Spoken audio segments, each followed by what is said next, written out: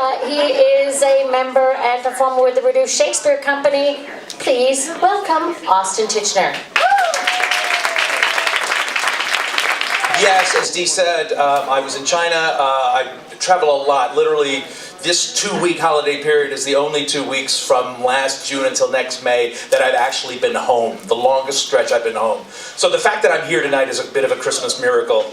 Or the fact that I'm gone so much is a Christmas miracle. I'm not sure how Dee feels about that. But I made it here and I almost didn't make it, and because the weather has been so crazy. Anyway, but I made it. I'm excited, and I just wanted to tell you what happened. Well, it was a night before Christmas with such snow and rain. Not a creature was stirring, including my plane.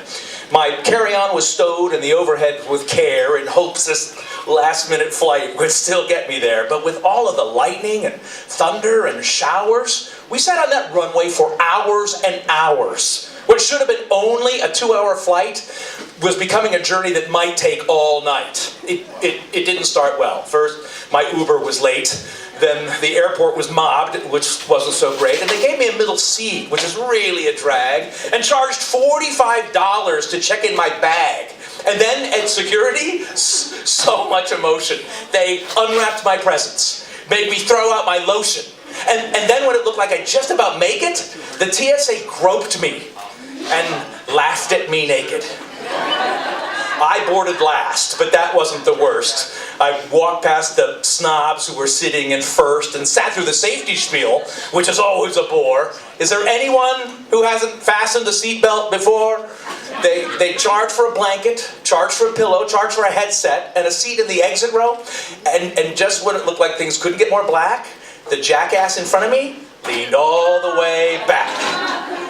So, they ran out of food, they would not let us fly, they would not take us back, and would not tell us why. It really looked like we would never get going. Oh, and that's when the toilets began overflowing. But, out on the runway, there arose such a clatter. I sprang from my seat to see what was the matter. Across my companion, I reached like a flash, said, "Get out of my way," and threw up the sash.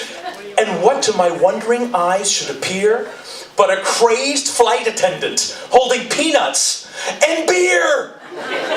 He'd hijacked the food truck so lively and quick, I knew in a moment he'd arrived in the nick of time. He pounded quite hard on the emergency door. He forced his way in, and he got on the blower. He said, "People, you're the victims. You're not to blame, but I tell you who is." And he called them by name. On Delta, United, American 2, on Southwest, Lufthansa, Aloha, JetBlue, on Qantas, on Virgin, Alaska, Cathay, Sun Country, ExpressJet, on British Airways, on Frontier, on Spirit, on New Zealand Air. To all of you airlines, we hereby declare whether we fly frequently or just now and then, we are never flying with you ever again. And before the Sky Marshal could taser him down, he pulled the emergency slide and slid to the ground. As he did, he knocked drinks and snacks off the shelf, and I cheered when he did it in spite of myself. We soon could take off with that nut off the plane. We soon would be home and never see him again. But I heard him exclaim, as they dragged him away in the night, "Merry Christmas to